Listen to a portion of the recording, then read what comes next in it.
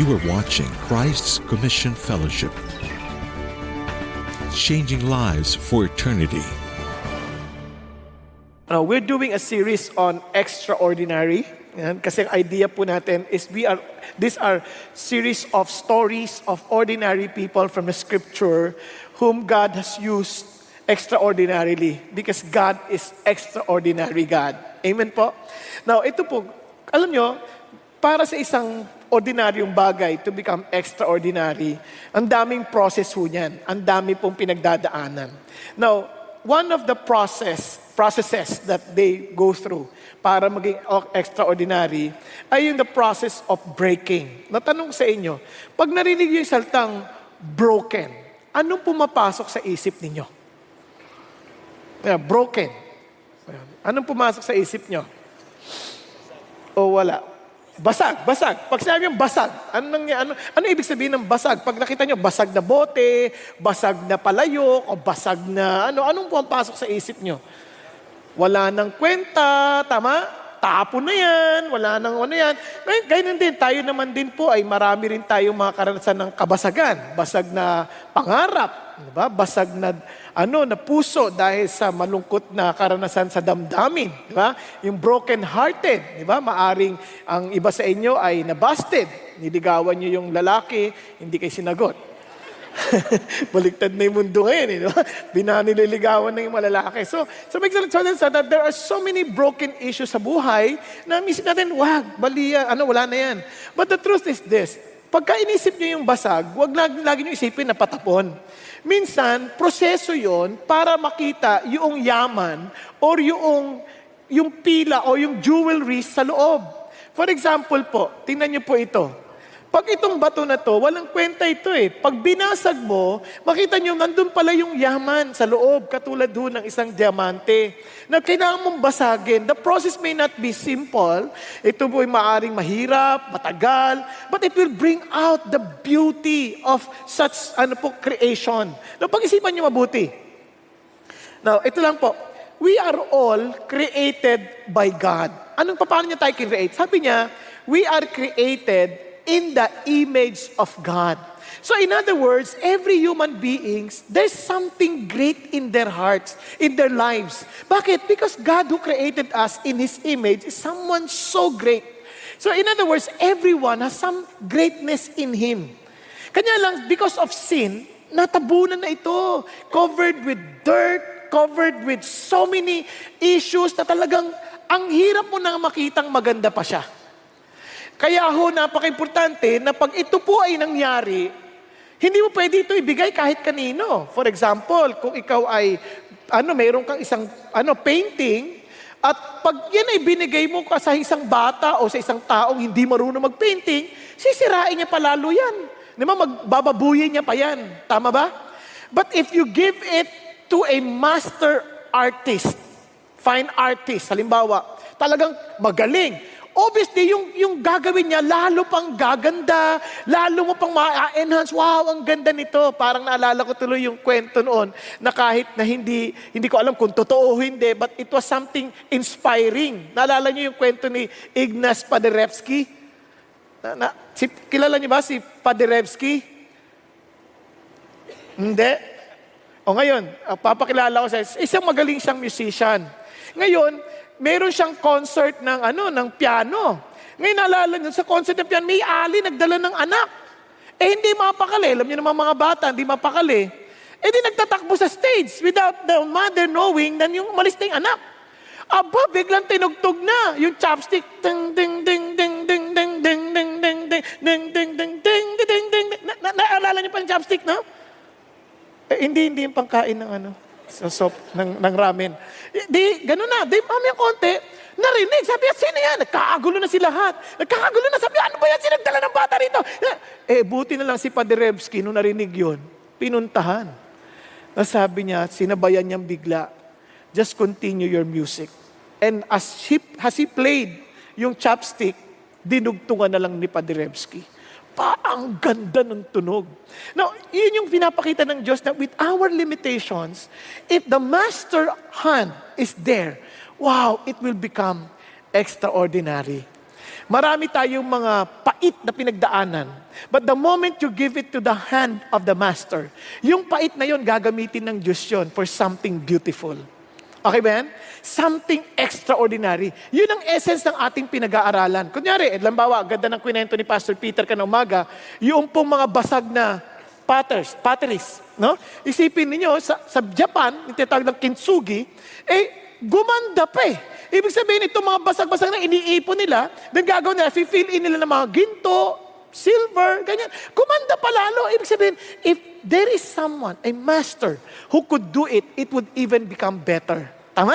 Kaya akala mo wala ng kwenta, pag ibinigay mo sa Diyos and it would process it, yung brokenness na yun, it will help, it will show us something extraordinary out of such broken pieces.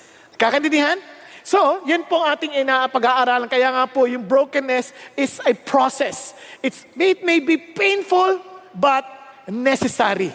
Kaya yan, naranasan yan ng mga taong tulad ng mga aaralin natin, sila Jacob, sila Joseph, si Moses, si David, and siyempre meron din po mga modern tao like George Whitefield, Bill Bright, and amazingly, ang daming mga tao whom God has used and mightily being used by the Lord, and they all went to some form of processing ng brokenness. Gusto niyo bang malaman kung gaano kahalaga to? Now, alam niyo po, ito po ang blessing. May blessing po pero bago ko ipaliwanag sa inyo, yung pong brokenness na to somehow requires us repentance, contrition of heart, humility, as in yung surrendered will. Kaya nga ang Christian, lahat na naging Christian, laging gumaabot sa gantong proseso. Bakit? It is a one way of admitting na hindi ko na kaya, pagod na ako. Kaya nga minsan yung ating painful experience would bring us to Jesus. Tama ba? Kaya tingnan niyo po, biglang susurrender mo na, no longer I, but Christ. Kaya sabi nga ho for example, ni David, sabi niya, for you do not delight in sacrifice. Akala ng tao kasi, mag-offer ka lang sa Lord, gawin mo lang to, okay na. Sabi niya, otherwise I would give it. Sabi niya, you are not pleased with burnt offerings. Anong kailangan ng Diyos? Sabi niya, the sacrifices of God are a broken spirit. Yung talagang hindi na to. It's a parang honest admission. Hindi ko to kaya on my own. And a broken and contrite heart, oh God, you will not despise. The moment you come to God with all humility, sabi ni Lord, hindi ko yan tatanggihan. Nakuha natin? Never. If anyone would come to God with all humility and, Lord, talaga ikaw lang inaasahan ko, that sabi ni Lord, God will not despise. Okay ba? Kaya nga ho, pagka, sa halip na magalit ka sa Diyos, magalit ka sa mga pangyayari, sabi ni Lord, no, umasa ka sa Diyos. Okay? So ito po yung blessing ng brokenness. We dealt with this in passing last week, pero tingnan lang natin. It's intimacy with God. Can you imagine? You are intimate with the greatest person in the universe, di ba? Isipin mo, yan ang blessing na yan. The rest of our souls, di ba? Ang daming tao ngayon, parang wow, burn out na, gigising na naman bukas ng maaga, magbabiyahin na naman sa matraffic na, na mabigat na daloy na, mabigat na traffic, talagang nakakapagod, parang ayaw mo nang pumasok, minsan hindi ka na nakatulog ng maayos, kaya dito ka na lang natutulog, kaya ganun ba? Di ba? Parang, wow, nakakapagod. But somehow, God would allow you to experience rest for your soul. God would allow you revival as in your spirit and in your heart. Then you begin to understand greater grace and fruitfulness. Now, tingnan niyo po. For example, mabilisan lang. Sabi niya, for thus says the high and exalted one who lives forever, whose name is what? Holy.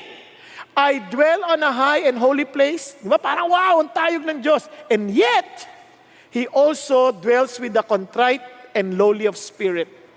Sinasamahan ng Diyos yung mga talagang basag ang puso. And in order to what? Tingnan niyo, revive the spirit of the lowly and revive the heart of the contrite. Yung bang, Lord, wala na akong ibang aasahan. Tama yung sabi ng psalmist, the Lord is near to the brokenhearted and saves those who are crushed in spirit. And if you still remember last week, sabi natin, come to me those who labor and heavily laden, and I will give you what? Rest. Diba? Rest. Learn from me, for I'm humble and meek. Sabi niya, that you may find what? Rest for your souls. Now, last week, kung naalala po ninyo, we dealt about John the Baptist. Si John the Baptist, as Pastor Ricky expounded on it, ang ganda-ganda sabi niya, kung makita mo yung tao na talagang broken, he has a fervent prayer life, He has no pretenses. Hindi niya kailangan magkunwari. He is deep, authentic humility. He has security, no envy or jealousy. Hindi siya naiinggit. Acknowledges everything is from God. Alam mo na, everything you got, everything you have is from the Lord. And you do all of the glory. You do all for the glory of Jesus. Kaya ang ating application, kung naalala nyo, stay low and lift Jesus up. Paano ho yan? Know and accept the Lord and live as in a life of obedience to the Lord and accept and declares His witness. Ngayon, we will be talking about another heroes of the Scripture. Ordinary man, and yet God made use of him extraordinarily because of the extraordinariness of God. Sino to? Si Isaiah. Ito yung pag-uusapan natin. And it's good for us to see this because Isaiah and the blessings of brokenness. So ang ating pong topic is be broken and be blessed. Pakisabi sa katabi mo, be broken and be blessed. Yan. Alam nyo, ayoko niyan, pero hindi. The truth is this, if you were broken, you are blessed. Tingnan ninyo, sino ba si Isaiah? Para sa kaalaman. Ang Isaiah, ang pangalan niya po ay Yahweh is Salvation. Sa Israel, pag nagpapangalan sila as much as they could, may ibig sabihin yon. Ito pong si Isaiah, perhaps he did not even know what it meant when he was born. That Yahweh is salvation. But it's a great blessing when the Lord broke him. Parang, I want you to declare the salvation throughout the world because this world is in need of salvation. At hindi lang yun, look at the blessing that he would get the moment he was broken. Ano sabi niya? You yourself will experience that God is your salvation. Di ba ang sarap nun? Just for you to realize that there's someone who would save you. Wow! Kasi we need saving. Lahat tayo kailangan tayo maligtas one way or another kasi mga mali nating desisyon, we want someone to save us from those mistakes, di ba? Wrong choices. Maybe yung iba sa atin, we made a wrong decision for something na talagang ligtas mo ako rito. Kaya marami sa atin naiipit kung saan-saan. And maybe to some of us, we got married to someone na parang, wow, I need to be saved from this. So ito yung sinasabi ng Diyos na parang, wait a minute. Sabi niya, I want you to be a blessing to these people and I want you also to be blessed by experiencing the reality that God is salvation. Now, ito po, sino ba si Isaiah? He is God's prophet. Look at what he said. The vision of Isaiah, the son of Amos. Now, para maintindihan niyo, yung Amos dito is not the same as Amos in the Bible. Yung book of Amos, iba yon.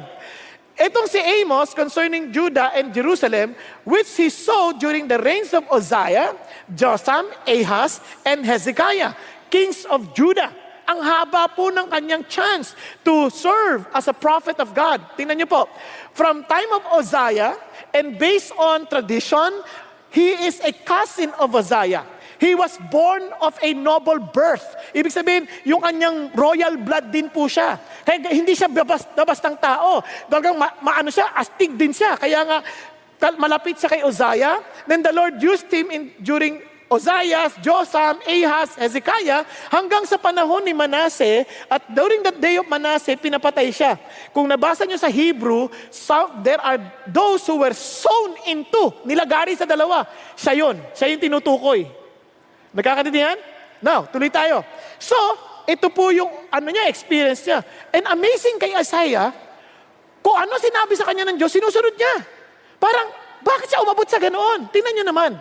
In Isaiah 20, at that time, the Lord spoke through Isaiah, the son of Amos, saying, go and loosen the sackcloth from your hips and take your shoes off your feet.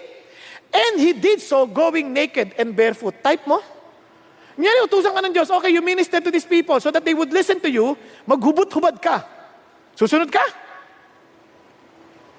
Parang tinulugan niyo ako Hindi kayo, susunod kayo? Isipin mo, ba't siya sumunod? Buti sana ko, isang araw lang. Hindi. And the Lord said, even as my servant Isaiah has gone naked and barefoot 3 years. Wow! As a sign and token against Egypt and Cush. Pag-isipan niyo mabuti. Anong nakita ni Isaiah that brought him to that kind of willingness to obey the Lord kahit nakahubot-hubad? Parang there is something in this guy. Or maybe he has parang something that broke him na talagang willing siya to do whatever God would require of him. Nakuha ninyo? Kasi sa atin, no way! Di ba? Sa totoo lang, parang hindi ko ata gagawin yun. Pag-isipan ninyo. Kaya nakiusap na ako sa Lord, Lord, huwag niyo utos ha, please. Kasi, di ba, parang, bakit? Ba't mo gagawin? Now, listen. Kaya po amazing to si Isaiah. Now, para makita nyo ng konti, yung buong aklat ni Isaiah, alam nyo ba, nung na-discover yung pong sa Dead Sea Scroll, isa sa mga buong aklat yung Isaiah. Because Isaiah is so important na kahit ito po yung nakita nila to, amazed sila. Bakit? Para siyang maliit na Bible. Tingnan ninyo. It has 66 books. Di ba? Yung Bible may 66 books. Tapos ang Isaiah may 66 chapters. Tingnan nyo. Yung Old Testament, 39. Now, para hindi kayo mahirapan, makalimutan ninyo. 39 Old Testament, 1, 2, 3. Tama? Testament, 1, 2, 3, 4, 5, 9. Pagsamahan nyo, 39. Okay ba yan? Nagkakanindihan ha? Paano nyo malimutan? Ngayon, yung New Testament, 27. 3 times 9, 27. Okay? Okay ha? O sige, good. Ngayon, yun din ang summary ng Isaiah. Yung Old Testament telling us that if we do not follow the law, if we do not follow God, ano mangyari sa atin? We would be condemned. And yet, ganun din yung first 39 chapters, puro judgment. Pagdating sa 27 New Testament, it tells us that through Jesus Christ, we are free from condemnation if we would admit it and really accept Him as our Lord. Ganon din ang sinabi sa 27 chapters. It talks about the coming Messiah and it talks about comforting God's people through the message of the Lord through Jesus Christ. Nakakaintindihan? Ang ganda ng message. Isipin ninyo, even among the Jews, they would say, hindi si Jesus ang Messiah. But some Jewish people, when they read the prophecy of Isaiah, especially in Isaiah 53, bigla sila nagugulantangan. Ano to? It seems that it talks about Jesus. And true enough, tinan niyo naman. But He was pierced through for our transgressions. He was crushed for our iniquities. The chastening for our well-being fell upon Him. Sino to? Diba? And by His scourging, we are healed. In fact, there was a story in the US, yung mama, talagang sabi niya, Dad, I am a Jewish, and yet, look at my Christian classmate telling me this. Sabi niya, meron pala to? Sabi niya, yes. Sin ba si Jesus to? Wag na lang yung basahin yan, chapter 53 na yan. Baka hindi kasama sa Bible yan. Parang, ano yun? Parang, hindi na ma-deny. Because it talks about Jesus. Now, tignan nyo, all of us like sheep have gone astray. Each of us has turned to his own way. But the Lord has caused the iniquity of us all to fall on Him. What a message. Kaya itong tao na to, he was declaring what? Yahweh is salvation. Naintindihan?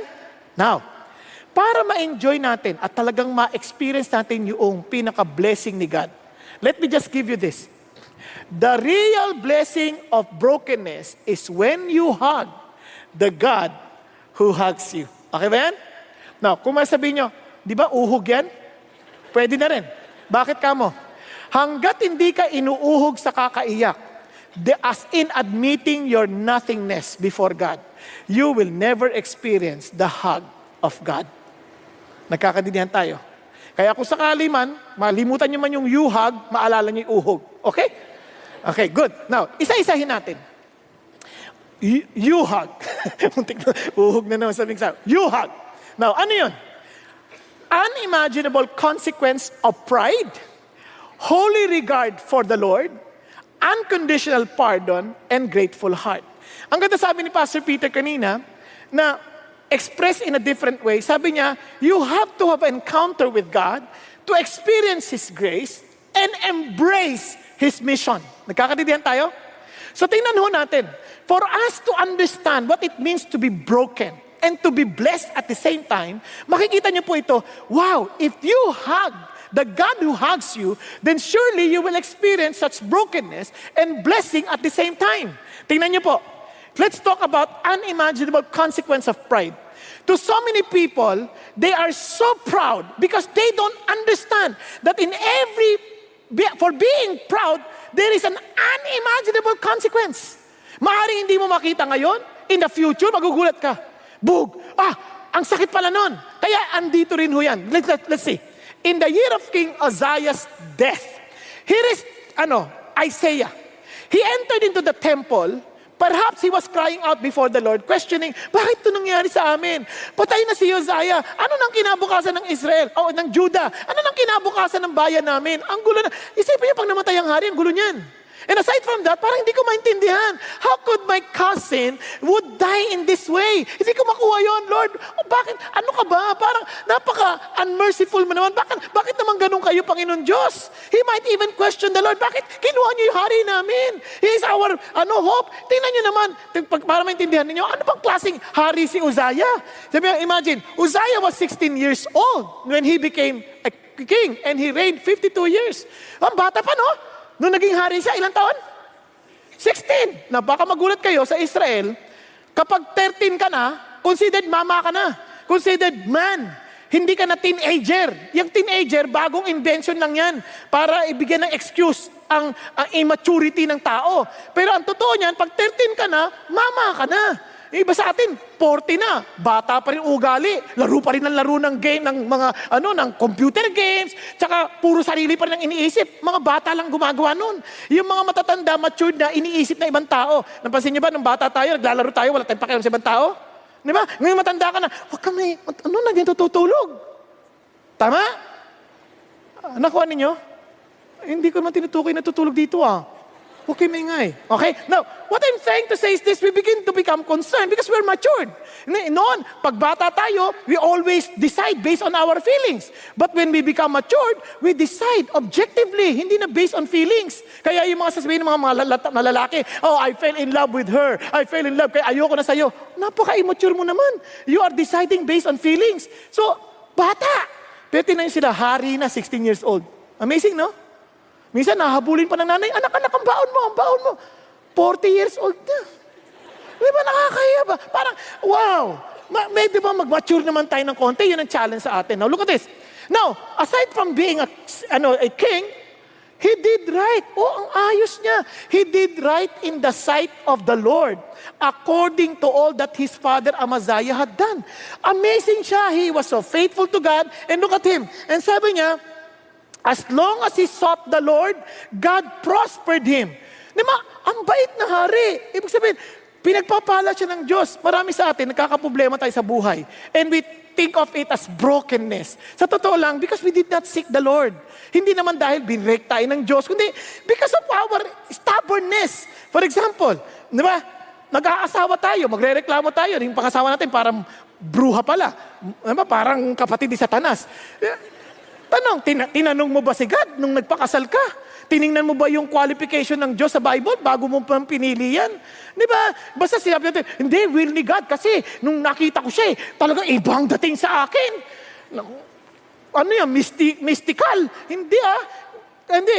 Ang kailangan natin mo, ito sabi ng Diyos, huwag ka mag-aasawa ng walang takot sa akin. So ibig sabihin, maliwanag naman sa Bible yun Tapos, sasabihin mo, iniwan ka ng Diyos. Naalala ko tuloy yung mama Nandun siya sa simbahan, umiiyak Sabi niya, labi nito. Ang dami rin mga tao dumating si Satanas. Kasi akala mo, pag maganda, anghel dumating si Satanas, takbuhan yung mga tao. Takbuhan. Tapos siya, hindi maalis. Ganun lang. Sabi ni Satanas, hoy, hindi mo kilala? Kilala. Si Satanas. Ba't ka tumakbo? Ba't ako nakatatakbo? Sabi niya, hindi ka matakot sa akin? Ba't ako matatakot sa'yo? Bakit nga? Hoy, ang asawa ko, kapatid mo. Biruin mo yan. Ibig sabihin, hirap na ako. Huwag mo nang dagdagan problema ko. So minsan, ganun naman ang buhay natin But look at this. If we seek God, God would prosper us. Some of us, baon tayo sa utang. But we never sought God. Some of us, nagkamali-mali mga desisyon natin. But Lord, akala ko ba sasamahan mo ko? Did you seek me? Hindi naman Minsan, we blame God for our wrong decisions because we did not really seek God. The truth is this, a person who is humble will no longer live independently from the Lord. He would always walk with God. Kaya ang taong humble, he will walk with the Lord. He will live dependently on the Lord. Kaya sabi ng Bible, in all your ways, acknowledge me. Di ba? Ang linaw ng Bible, sabi ng Bible, do not trust in your own understanding. Ayun ang sinasabi ng Diyos. Kaya itong tao na to, again, as long as he sought the Lord, God prospered him. Now, ito na maganda, nag-prosper na. But when he became strong, His heart was so proud that he acted corruptly. Wow, he was unfaithful to the Lord his God. Alam nyo, itong mahirap. Pag yumabang naman tayo, nakakalimutan natin yung paraan ng Diyos. Ang pinakamasamang yabang, itong tao na to, dahil hari siya, akala niya, pwede niya nang gawin lahat ng bagay. Tingnan ninyo. He was unfaithful to the Lord his God. Anong klaseng unfaithfulness? For he entered the temple of the Lord to burn incense on the altar of incense. Masama ba yun? Gusto niya mag-burn ng incense before God. Imagine, he was doing something religious against God. Kaya minsan akala natin, sa Diyos ko naman ginagawa eh. Hindi yun ang issue. Ang issue, yan ba ang pinagagawa ng Diyos sa'yo? Naintindihan? Marami isip natin, di, para kay God to, gagawin ko to para kay God. Pero tanong, yan ba talagang pinagagawa ng Diyos sa'yo? Kaya minsan ang yabang din natin, akala natin, dahil ginagawa, ikaw na nagdidesisyon how you are to please the Lord. No, it is not about your idea, it's not about your personal concept on how to please God. It is really on what God wants you to do. Now, ano nangyari? Malalaman ninyo. Bakit? Re-rebuking kayo ng Diyos eh. And God will use people to rebuke you. Eto na, then Azariah the priest entered after him, and with him 80 priests of the Lord. They opposed Uzziah the king and said to him, "It is not for you, Uzziah, to burn incense to the Lord." So sinabihan na siya, "Sir, hindi ko kayo dapat gumawa niyan. Hindi yan para sa inyo." Alam nyo, pagka ni-rebuke tayo, minsan, yung reaction natin nagpapakita kung tayo ay broken o hindi. Hindi tayo perfect, tama ba? Lahat tayo may kakulangan. Kahit minsan yung mga lalaki, sinong kaaway nyo? Madalas yung asawa. Bakit? Kasi asawa, sinasabi yung kamalian natin. Tama ba? Katuloy, natutokso sa sekretarya. Bakit? Yung sekretarya, sir, ang bait mo, sir, ang talino mo, sir. Diba? Hindi mo alam, sekretarya mo nga yan eh. Yung asawa, sasabihin niya sa problema mo. Alam niyo yung taong nagmamahal sa'yo, sasabihin niyo mali sa'yo. Tama? Isipin mo, kung ikaw taas ka ng taas ng kamay na ganyan, tapos wala nagsasabi, meron ka palang putok. Buti sana kung putok lang na 5-star. Mas malaki pa sa bawang. O pag-isipan niyo mabuti yun, napapahiya ka na, magsusukahan yung katabi mo. Pero sige naman, feeling mo, gano'n. Kung may nagmamahal sa'yo, sabi sa'yo, Tol, ang lakas ng putok mo. Judas belt. Judas belt, tuloy-tuloy, walang putol. Diba? Kung hindi ikaw mayabang na tao, ang yabang mo. Kala mo, bango-bango niya. Di ikaw napapahiya. Pero kung makikinig ka, it is also for your own good. Tama, mali? Hello? Tingnan niyo po. Kalimbawa lang, meron pong isang batang lalaki. Lagi sinasabihan ng tatay niya, ayos na ba yung bed mo? Ayos na po! Pinatay mo na ilaw, patay na! Electric fan, patay na rin po! Mamaya kayo na! Medyo bastos na yung bata. Kasi yung tatay lagi siyang nire-remind. Time came na nakatapos sa pag-aaral, mag-a-apply siya ng trabaho. Nung mag-a-apply siya ng trabaho, sabi ng tatay niya, "Anak, galingan mo ha. Ay, salamat po, Ama, dahil at last, pag natanggap ako dito, hindi ko na kayo sasamahan. Titira na ako sa iba." Di, tatay naman, "Anak, basta ko ano yung best para sa'yo, gawin mo." So, pagdating niya doon sa opisina, ng interview, nakita niya magulo yung doormat. Inayos niya. Without anyone telling him. Naging disiplina niya na kasi lagi siya sinasabihan ng tatay niya eh. Inayos niya. Pag upo niya, yung ventilador, nakapunta sa may pinaka-pader. Inayos niya. Tapos sinaksak niya para malamigan yung ibang tao. Umupo siya. Inayos niya yung mga magasin, nilinis niya. Aba, ang ganda ng pati yung mga inayos yung pagkakaupo niya.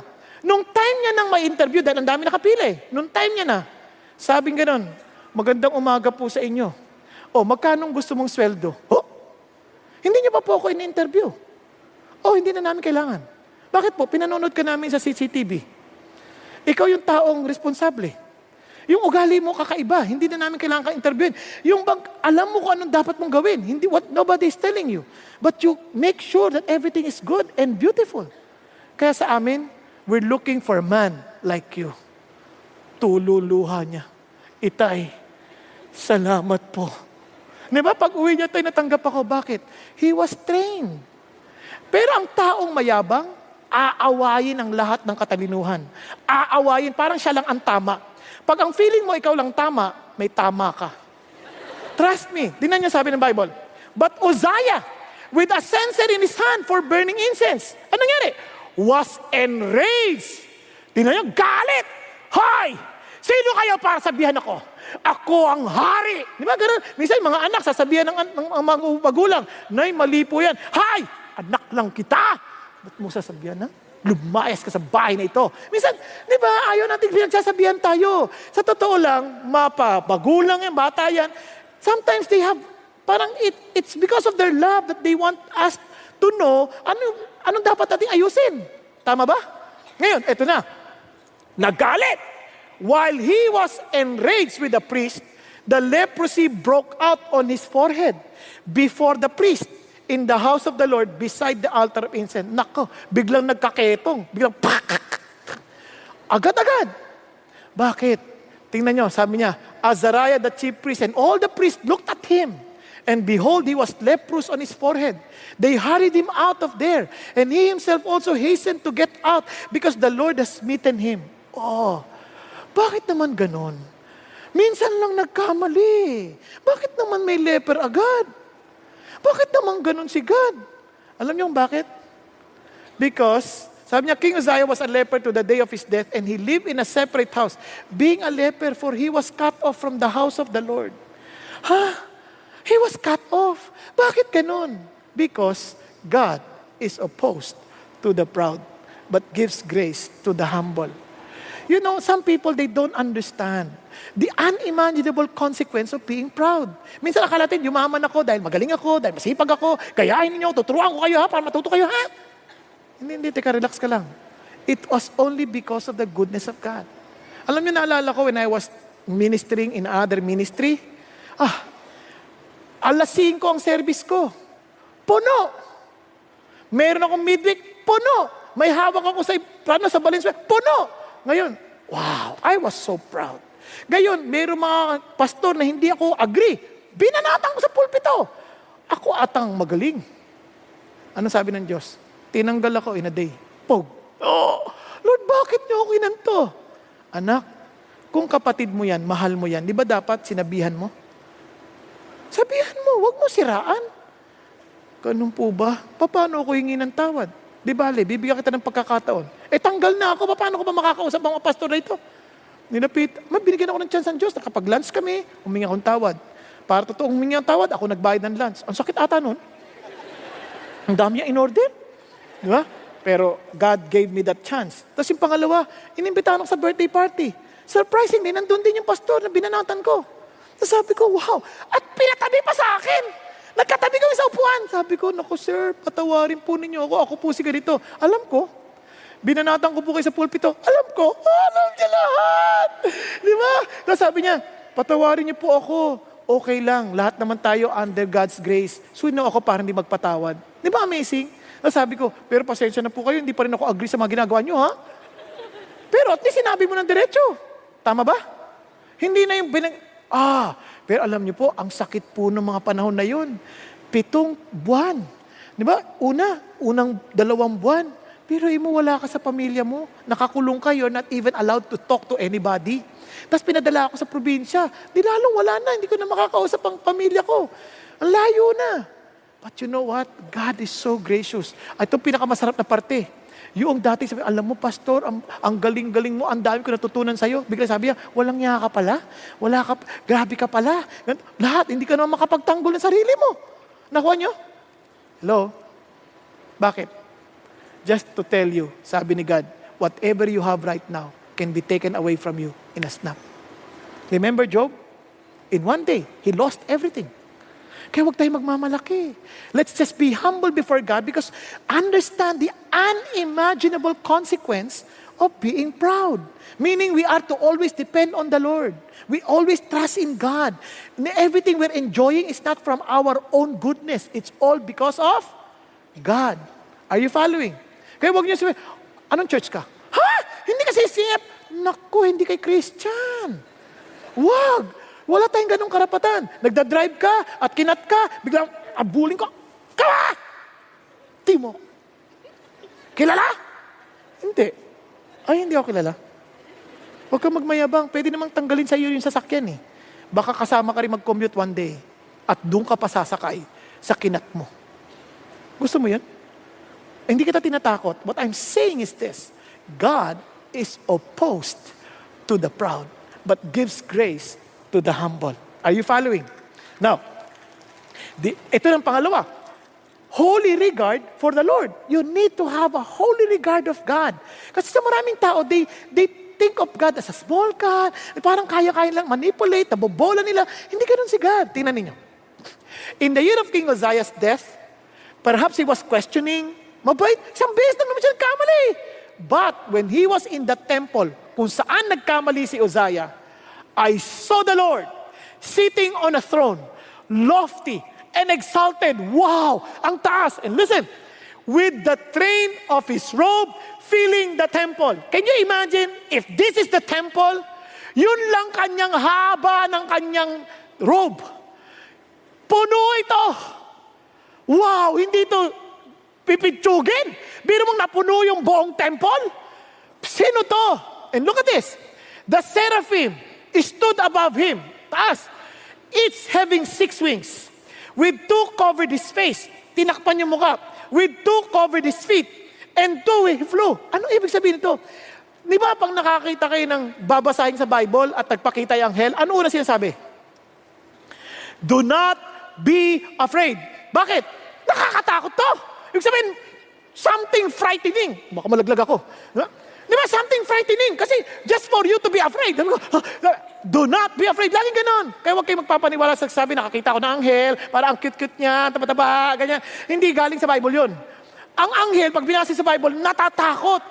And imagine, if you are afraid by seeing an angel, yung mga angel, ang takot sa Diyos. They could not even gaze at Him. Tatakpan nila yung paa, kahihiyan nila makita. And yung pakpak nila, tuloy-tuloy pa rin because they are to be swift. When God tells them to do something, mabilis dapat nang gagawin. Di ba? Pag anak mo, nakita mo bang walang galang? Anak, mamaya na. Anak, ayusin na. Mamaya na nga eh. Ang dami ka ginagawa. Pero itong mga anghel, sa sobrang kadakilahan ng Diyos, pagtingin pa lang, galaw na kaagad. Naintindihan ninyo? Asawa, sabi mo, sweetheart, pakigawa mo naman akong kape.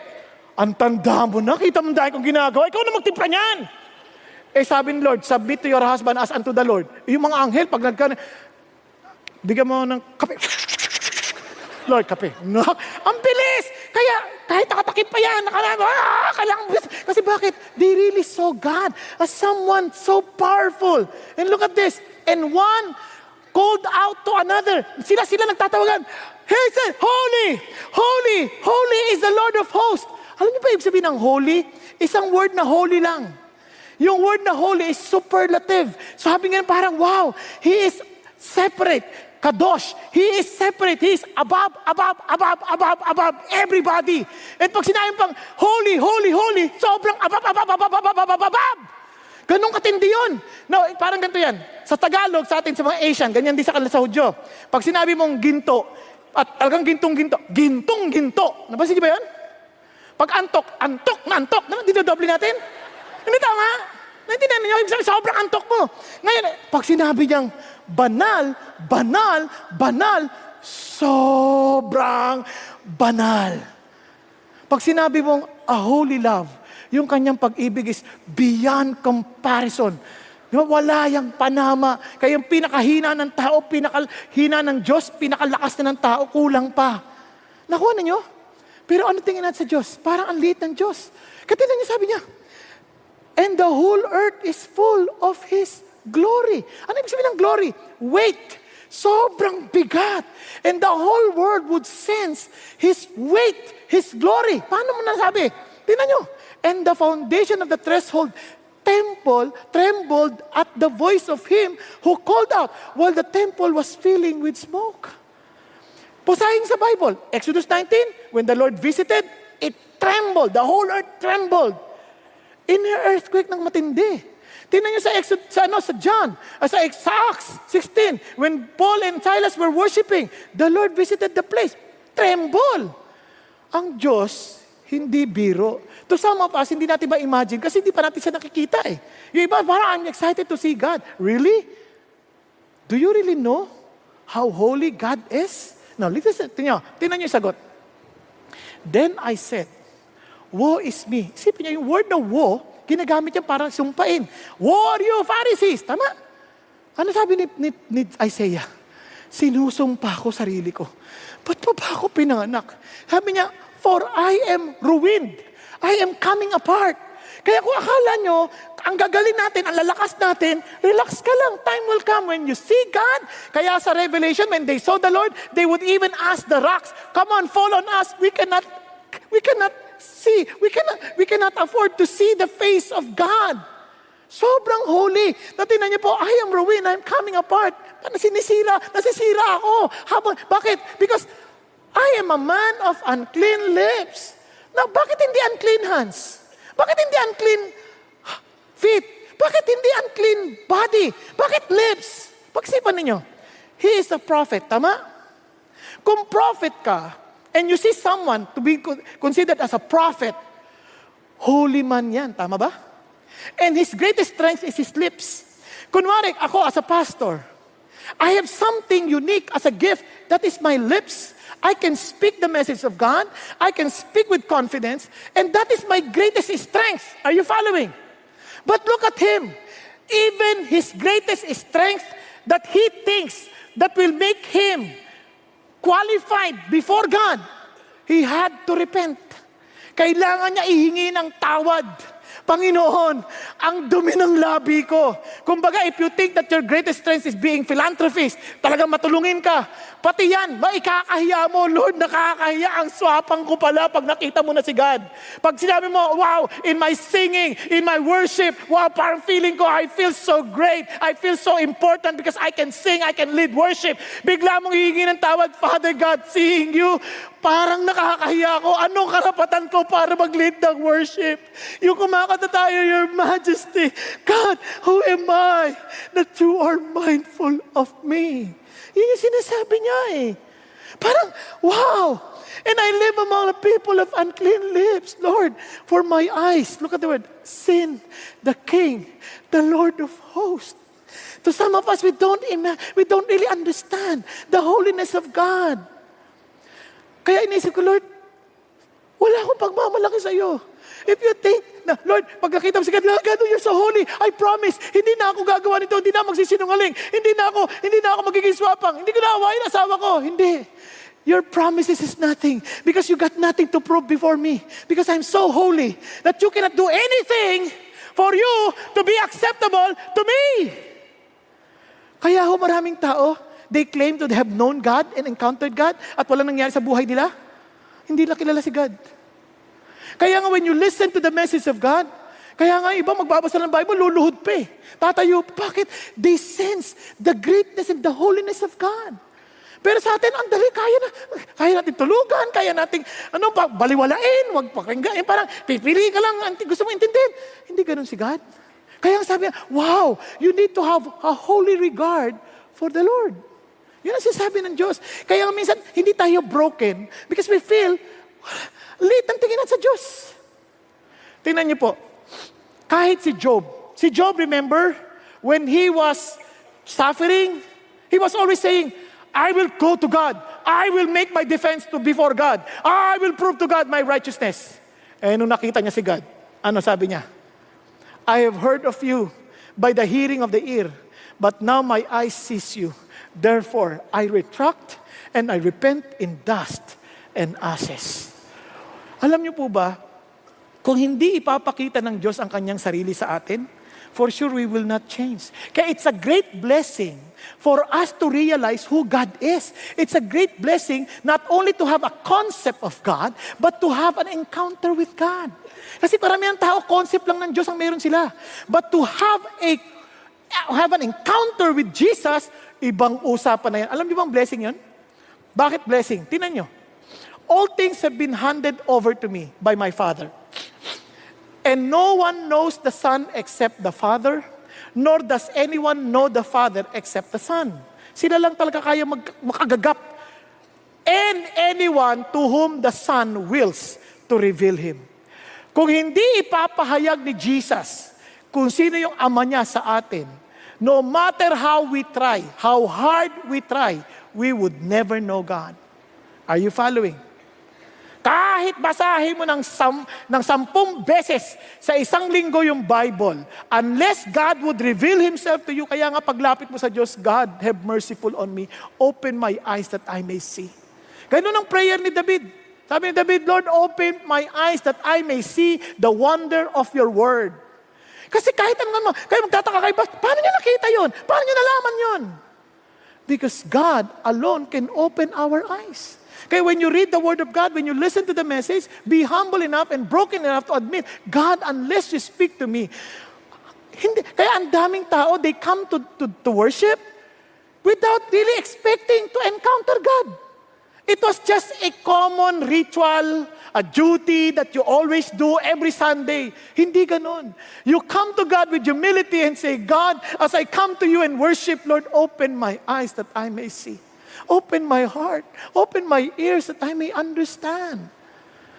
Let's be humble enough that when we sing songs to you, God, we will not just sing songs for the sake of singing, but we will sing because you deserve it. Hindi na who you, what I can get from God. But rather, Lord, I will worship you because of who you are. Not because of what you've done, but because of who you are. Are you following? Kaya itong mga anghel, wala. Kaya, again, paano na? Paano na? Kung hindi na wala lang tayong magagawa. Kaya nga, unconditional pardon na lang talaga. Buti na lang. Tingnan niyo po, then one of the seraphim flew to me with a burning coal in his hand, which he had taken from the altar with tongs. Sa sobrang init, he had to hold the coal with tongs. Tapos dinala sa kanya. Tingnan nyo, he touched my mouth with it and said, behold, this has touched your lips, your iniquity is taken away, and your sin is forgiven. Praise God!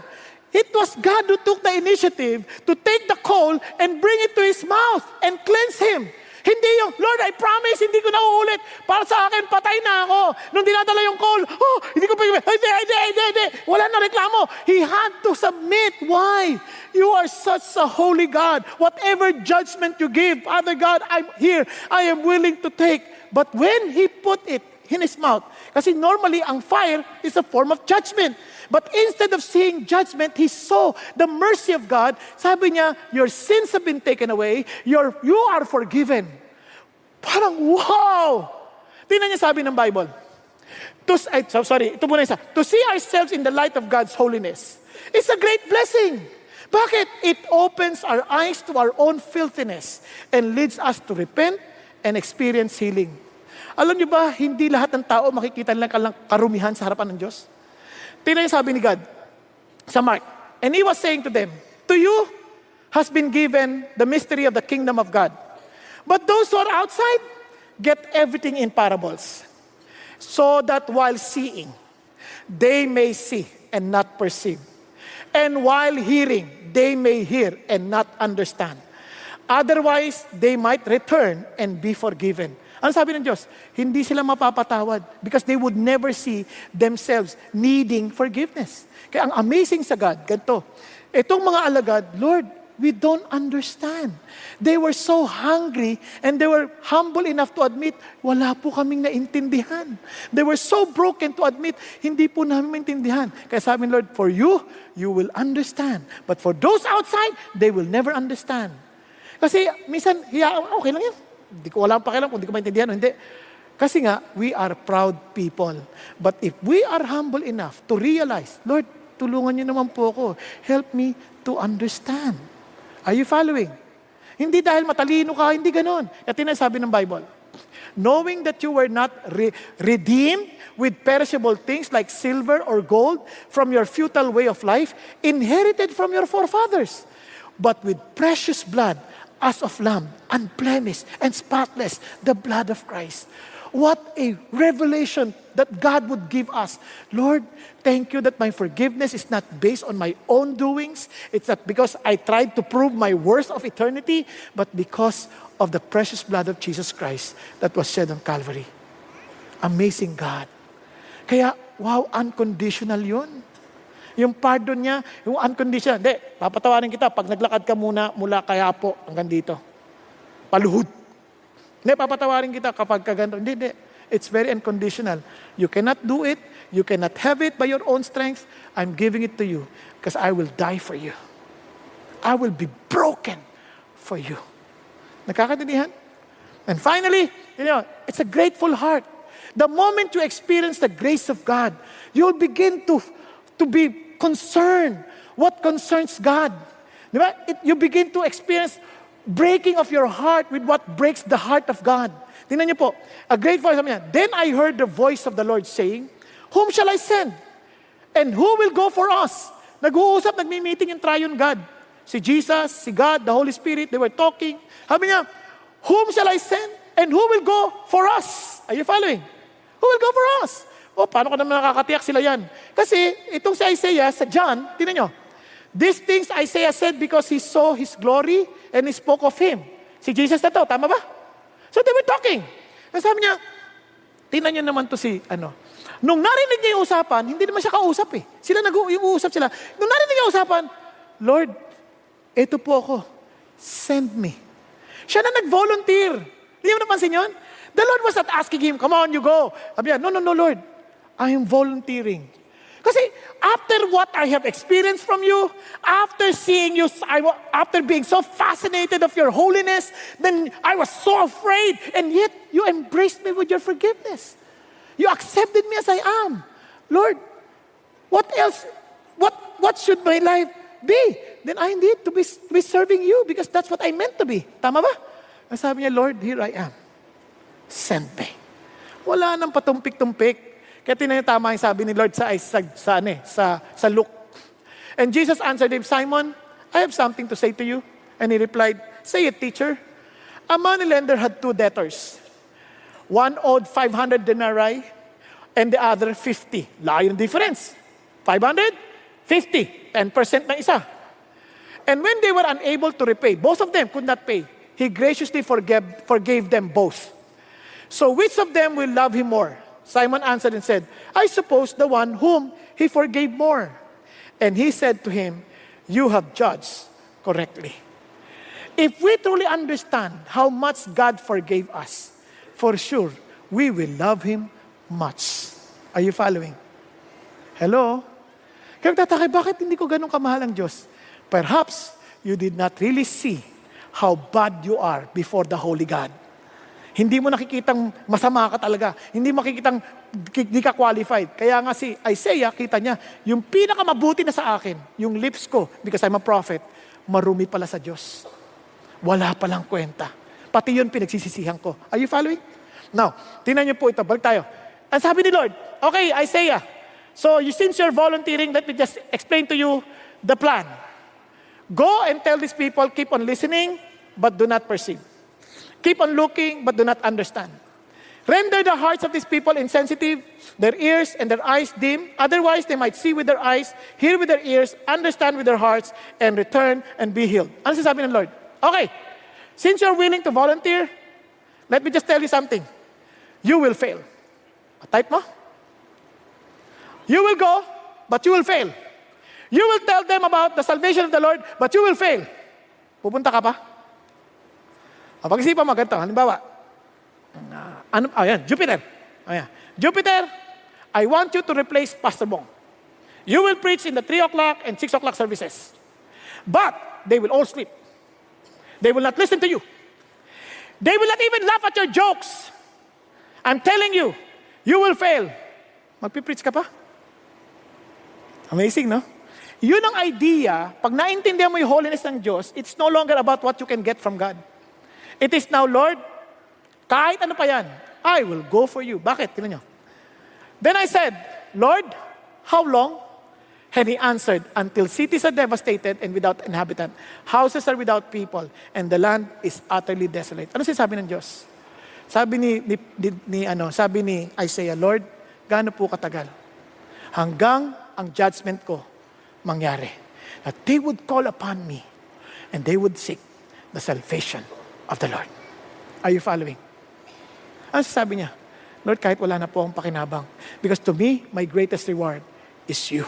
Imagine a holy God, a majestic God, accepting me to His army, to be part of His instrument, to bring the salvation to the world. Wow! Sino ako para isali pa dyan? Nakuha ninyo? Alam niyo po, ito ang amazing sa blessing ng Diyos. Panoorin po natin, alam niyo po, even our pastor, senior pastor, had to go through that willingness to surrender to the process of God so that he could be used mightily by the Lord. Let's watch. Many years ago, I gave my broken life, broken heart to the Lord.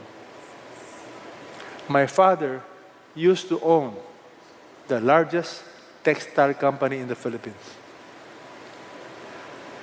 We put up one of the first polyester company in the Philippines.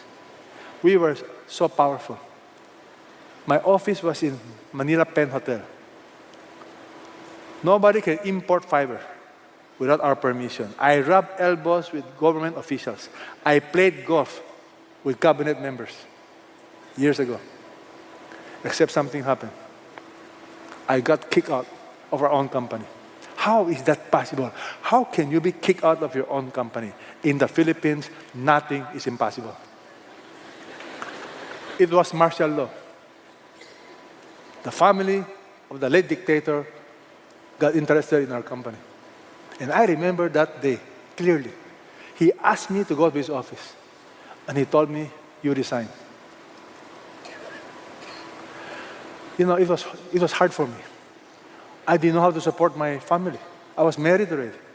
And that's why I had to go back to school. I took my master's degree in AIM. Why? I need to find a job. It was hard. But can I tell you something? As I look back, the best thing happened to me. Because God, slowly but surely, He broke my pride. My pride. People don't, you don't realize you are proud. I was proud, but I never realized I was proud. I was rubbing with elbows with high officials.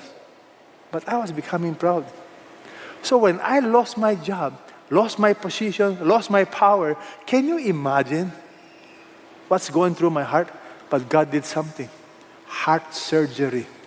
I gave Him my brokenness. What did God do? I tell you something. When you surrender everything, it's amazing. The peace, the joy. When God takes away something, He gives you something back. For me, it's amazing. God gave us a new business that I could never imagine. You see, today our family is in a new business. It's real estate development. We build subdivisions. We construct houses. We construct buildings. It's another business. But it is all from God. Something happened to me. When I saw people now, my heart goes out. Before, I don't care about people. I don't care about if they are being abused or not. But when I was abused, I began to see people, and I began to see many people are hurting because there's a lot of injustice going on. Even today, I see a lot of injustice happening in this country. But you know what? I would never, in my wildest dream, have sympathy until I myself became a victim. So, ladies and gentlemen, brokenness is a process. It's necessary, but it's a blessing. Amen. Alam niyo po, go from rags to riches, madali yan. But from riches to rags? Wow. Yung dati kang natutulog na walang aircon, tapos nagka-aircon ka, panalo. Tama? Pero nabubuhay kang may aircon, biglang walang aircon. Naku, tindi nun. But look at this. When He allowed Himself to be at the hand of the Holy God, to do the process of breaking, magugulat ka, the Lord will do something great out of you, being an ordinary guy to become extraordinary. Nakuha ninyo? Ganyan-ganyan si Isaiah. He was born of a noble family. Biglang, kita niya yung greatness ng Diyos. Wala pala akong kwenta. Pero ito ang amazing. Ito ang amazing. Tingnan niyo kung hindi siya nagsumunod sa Diyos. Asan tayo kaya ang CCF? Nakuha ninyo? Kasi wala siyang malasakit sa tao eh. Ngayon nagkaroon siya ng malasakit sa tao. Diba? And personally, I praise God because God even opened an opportunity for me to minister again. Kung hindi siya sumunod sa Diyos, paano na kaya? Nakuha ninyo? Now listen. Alam niyo po, mayroon akong papakita sa inyo. Lahat tayo, in the eyes of so many people, are like this. Marble. Parang wow. Walang kwenta, marble. Ang gagawin ko dyan? After so many meetings, 20 years na ganyan lang siya. Hanggang sa naidala sa kamay ng isang master sculptor. Kaya naman po, kay Michelangelo, hindi niya nakita ito as marble. Nakita niya to si David. He broke it. Kung yung marble lang makakareklamo, aray! Aray! Habang chinichisel, habang pinupukong, paka! Ah! Buti na, hindi siya makareklamo. Naninigas lang. Pero lumabas ang isang David. At yung David, pag dinuhan yung detalye niyan, makikita nyo sa Rome, 70 foot tall yan. Ang taas. Makikita nyo sa Rome yan. Kung yung details yan, tinan nyo, pati ugat, labas na parang totoong-totoo. Ang galing ng pagkakagawa. Sobrang madetalyado. Isipin nyo, bawat pokpok, pa. Pero sa Panginoon, labas ang isang David. Now listen to this. Huwag kang magpa-break for the sake of breaking kahit kanino. Isipin nyo to. Ang bola sa kamay ko ng basketball, 1,000 lang yan. Bigay mo sa kamay ni Stephen Curry. 300 million. Naintindihan? Yung pong racket, yung tennis racket, bigay mo sa akin, hahataw ko lang sa mga natutulog yan. Hindi. Dahil masamang tao ako. Ibigay mo sa kamay ni Serena Williams, ibang usapan na yan. Yung golf club na yan, yung ganyan. Hindi ako marunong sa golf eh. Hindi ko alam kung ang tawag dyan. Basta yung pamalo. Sa akin, pangahato ko lang aso yan. Pag hinabol ako, ibigay mo yan kay Tiger Woods. Biglang ibang mangyari. Now listen to this. Isipin mo yung buhay mo. Ang dami mong kamalian, sira-sira. Ibigay mo sa kamay ng Diyos. Pag hindi lumabas ang isang katangi-tanging nilalang, created in the image of God, full of jewels, from ordinary to someone extraordinary. Ang tanong, will you be willing to surrender yourself to the Lord? Tayo pong lahat ngayon ay yumuko sandali at pumikit. Kapatid, bago tayo magtapos, gusto ko lang hamunin kayo. Kapatid, Christianity is not following certain rules and regulation. It is really coming before the Holy God, admitting our nothingness, that we will only come before Him in His ways, through His ways, not our ways, not our perceived ways, kundi yung totoong pagsuko sa paraan ng Diyos. Yung ba masasabi mo, Panginoon, banal kayo. Durog ako, patay ako kung wala kayo. Wala ako asahan. Kaya naman sabi ni God, wala kang magagawa.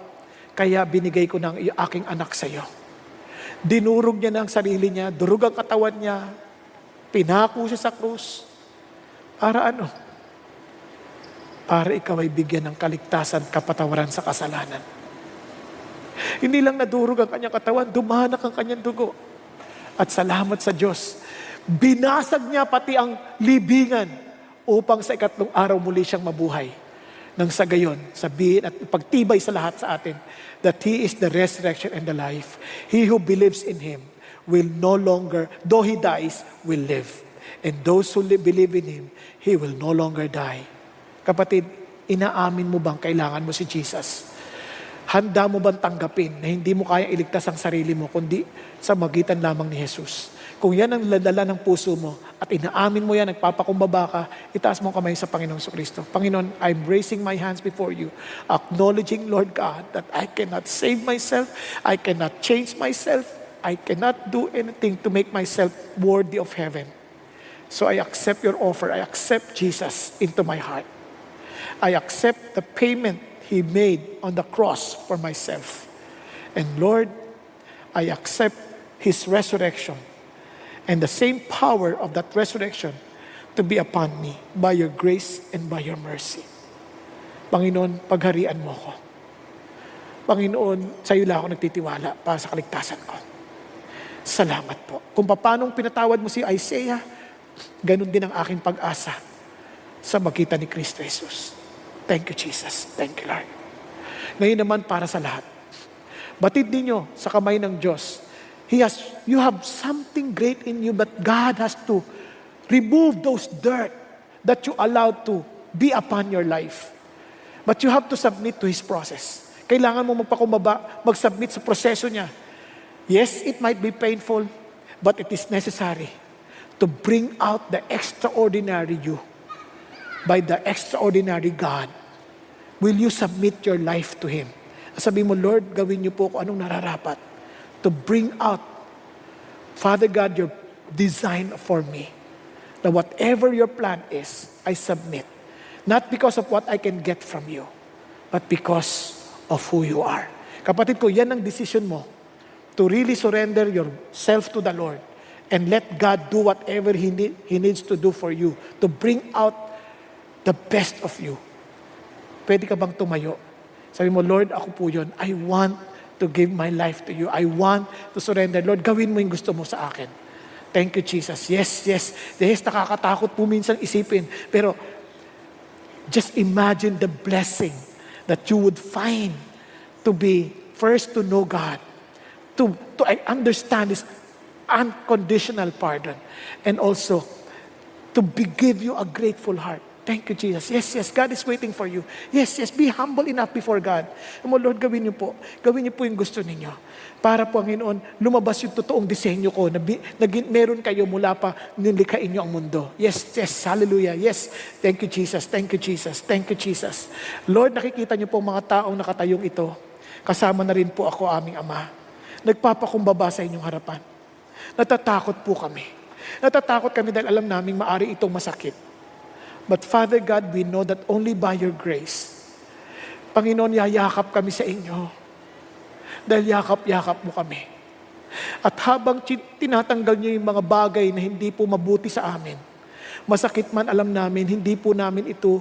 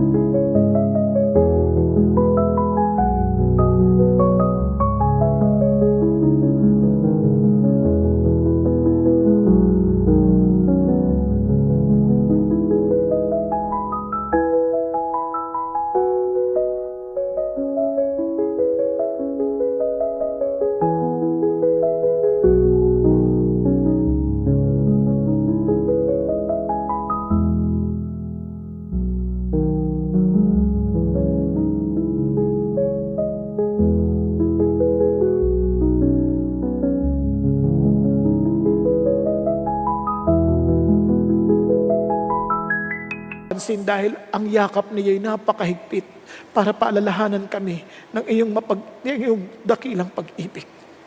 Kaya't Panginoon, nagpapasakop kami sa inyo. Sinusuko namin ang buhay namin sa inyo. Gamitin po ninyo kami sa inyong, para sa kalooban ninyo. Batid naming napakikli ng aming buhay sa lupa. And we don't want it to be used for nothing. We want it to become the person that you want us to be. Thank you, Lord. In Jesus' name we pray. Amen, amen, and amen. God bless you. Be broken and be blessed.